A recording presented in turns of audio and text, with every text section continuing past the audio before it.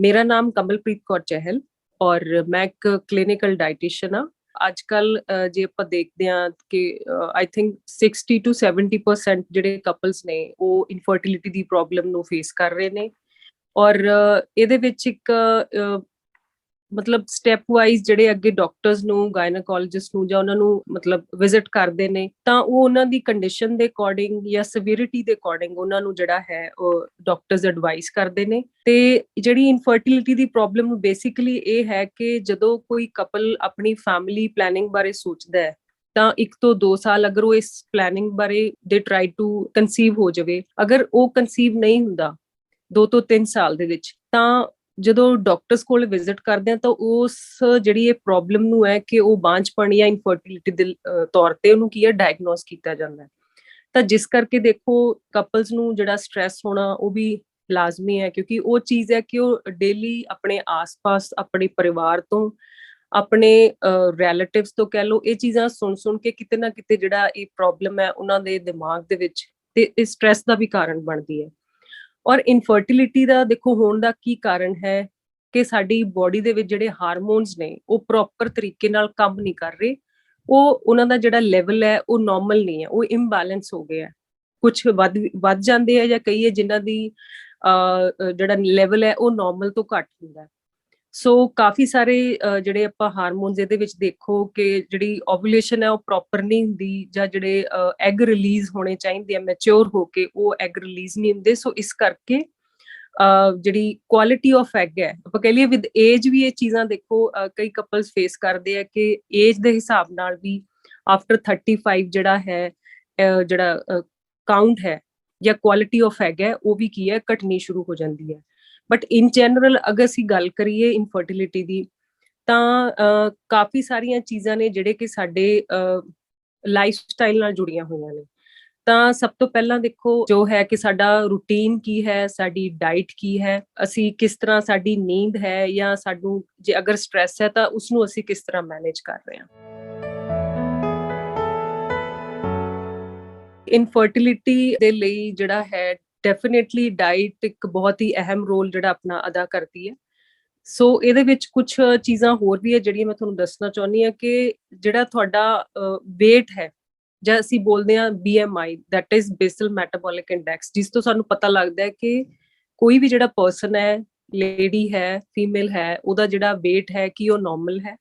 Infertility ਦੇ ਵਿੱਚ ਇਦਾਂ ਦੇ ਵੀ ਕਾਫੀ ਜਿਹੜੇ ਮੈਂ ਕੇਸਸ ਵੇਖੇ ਆ ਕਿ ਜੋ ਲੜਕੀਆਂ ਓਵਰਵੇਟ ਨੇ ਜਾਂ ਫਿਰ ਅੰਡਰਵੇਟ ਨੇ ਉਹਨਾਂ ਨੂੰ ਵੀ ਜਿਹੜਾ ਹੈ ਇਨਫਰਟੀਲਿਟੀ ਦੀ ਜਿਹੜੀਆਂ ਪ੍ਰੋਬਲਮਸ ਹੈ ਉਹ ਫੇਸ ਕਰਨੀਆਂ ਪੈਂਦੀਆਂ ਨੇ। ਸੋ ਸਭ ਤੋਂ ਜ਼ਰੂਰੀ ਪਹਿਲਾਂ ਇਹੀ ਹੈ ਕਿ ਤੁਹਾਡਾ ਜਿਹੜਾ weight ਹੈ ਉਹ ਨਾਰਮਲ ਹੋਣਾ ਚਾਹੀਦਾ ਹੈ। ਤਾਂ weight ਨਾਰਮਲ ਕਰਨ ਲਈ ਕੀ ਹੈ ਕਿ ਸਾਡੀ ਡਾਈਟ, ਸਾਡੀ ਖੁਰਾਕ ਕਿੱਦਾਂ ਦੀ ਹੈ। ਇਹਦੇ ਵਿੱਚ ਹੈ ਜੀ ਕੁਝ ਸਪੈਸੀਫਿਕ ਜਿਹੜੇ ਨਿਊਟ੍ਰੀਐਂਟਸ ਨੇ ਜਿਹੜੀ ਕਿ ਸਾਡੀ ਫਰਟੀਲਿਟੀ ਨੂੰ ਇੰਪਰੂਵ ਕਰਦੇ ਆ।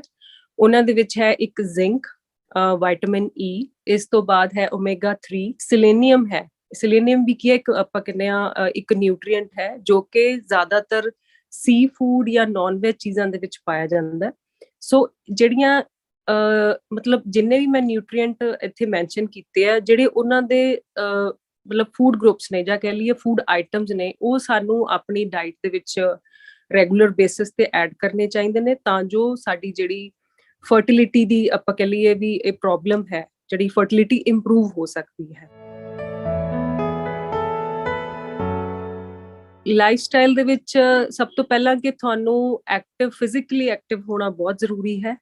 ਬਿਕਾਜ਼ ਜਿਸ ਤਰ੍ਹਾਂ ਆਪਾਂ ਕਹਿੰਦੇ ਆ ਕਿ ਤੁਹਾਡਾ ਜਿਹੜਾ weight ਹੈ ਉਹ ਨਾਰਮਲ ਹੋਣਾ ਚਾਹੀਦਾ। ਜ਼ਿਆਦਾਤਰ ਜਿਹੜੇ ਕੇਸਸ ਇਨਫਰਟੀਲਿਟੀ ਦੇ ਵਿੱਚ ਦੇਖੇ ਹੈ ਉਹ ਕੀ ਹੈ ਜਿਹੜੀਆਂ ਫੀਮੇਲਸ ਨੇ ਉਹ ਓਵਰਵੇਟ ਹੁੰਦੀਆਂ ਨੇ, ਅੰਡਰਵੇਟ ਵੀ ਨੇ ਬਟ ਅੰਡਰਵੇਟ ਜਿਹੜੇ ਕੇਸਸ ਆ ਉਹ ਘੱਟ ਹੁੰਦੇ ਆ, ਓਵਰਵੇਟ ਵਾਲੇ ਜਿਹੜੇ ਕੇਸਸ ਹੈ ਉਹ ਜ਼ਿਆਦਾ ਹੁੰਦੇ ਆ। ਸੋ ਇਸ ਕਰਕੇ ਸਭ ਤੋਂ ਪਹਿਲਾਂ ਤੁਹਾਨੂੰ ਜਿਹੜਾ ਰੂਟੀਨ ਹੈ ਆਪਣਾ ਉਹਦੇ ਵਿੱਚ ਘੱਟੋ ਘੱਟ 40 ਤੋਂ 45 ਮਿੰਟ ਦਾ ਜਿਹੜਾ ਤੁਹਾਡਾ ਵਰਕਆਊਟ ਹੈ ਜਾਂ ਫਿਜ਼ੀਕਲ ਐਕਟੀਵਿਟੀ ਹੈ ਉਹ ਤੁਹਾਡੀ ਰੂਟੀਨ ਦੇ ਵਿੱਚ ਹੋਣੀ ਚਾਹੀਦੀ ਹੈ।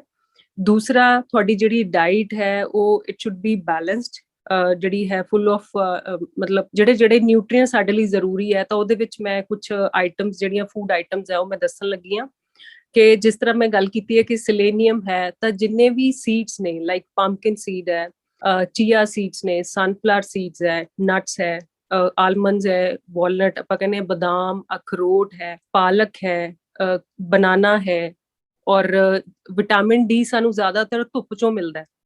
ਤਾਂ ਉਹਦੇ ਲਈ ਕੀ ਹੈ ਕਿ ਵਿਟਾਮਿਨ ਡੀ ਦੇ ਜਿਹੜੇ ਫੂਡ ਸੋਰਸਸ ਨੇ ਉਹ ਜ਼ਿਆਦਾਤਰ ਸਾਨੂੰ ਨਾਨ ਵੈਜ ਚੀਜ਼ਾਂ ਤੋਂ ਮਿਲਦੇ ਆ, ਬਟ ਹਰ ਇਨਸਾਨ ਨਾਨ ਵੈਜ ਨਹੀਂ ਖਾਂਦਾ।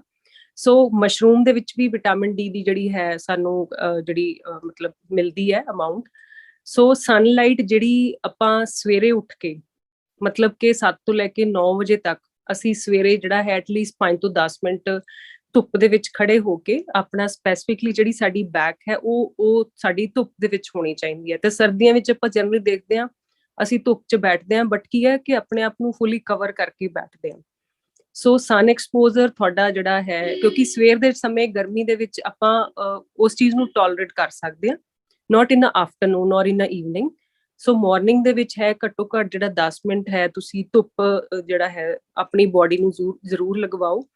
ਔਰ ਇਸ ਤੋਂ ਬਿਨਾਂ ਓਮੇਗਾ 3 ਜਿਹੜੇ ਰਿਚ ਫੂਡਸ ਨੇ, ਜਿਹਦੇ ਵਿੱਚ ਦੇਖੋ ਕੁਝ ਨਟਸ ਵੀ ਆਉਂਦੇ ਆ, ਅਖਰੋਟ ਹੋ ਗਏ, ਬਦਾਮ ਹੋ ਗਏ, ਐਂਡ ਚੀਆ ਸੀਡਸ ਆ ਗਏ ਨੇ, ਸਨਫਲਾਵਰ ਸੀਡਸ ਵੀ ਆ ਗਏ ਨੇ, ਐਗ ਯੋਕ ਹੈ ਔਰ ਸਨਫਲਾਵਰ ਆਇਲ ਹੈ। ਇਹ ਚੀਜ਼ਾਂ ਜੇ ਅਸੀਂ ਆਪਣੀ ਡਾਈਟ ਦੇ ਵਿੱਚ ਰੈਗੂਲਰ ਬੇਸਿਸ ਤੇ ਐਡ ਕਰਦੇ ਹਾਂ ਤਾਂ ਜਿਹੜੀ ਸਾਡੀ ਇਨਫਰਟੀਲਿਟੀ ਦੀ ਪ੍ਰੋਬਲਮ ਹੈ ਉਹ ਠੀਕ ਹੋ ਸਕਦੀ ਹੈ।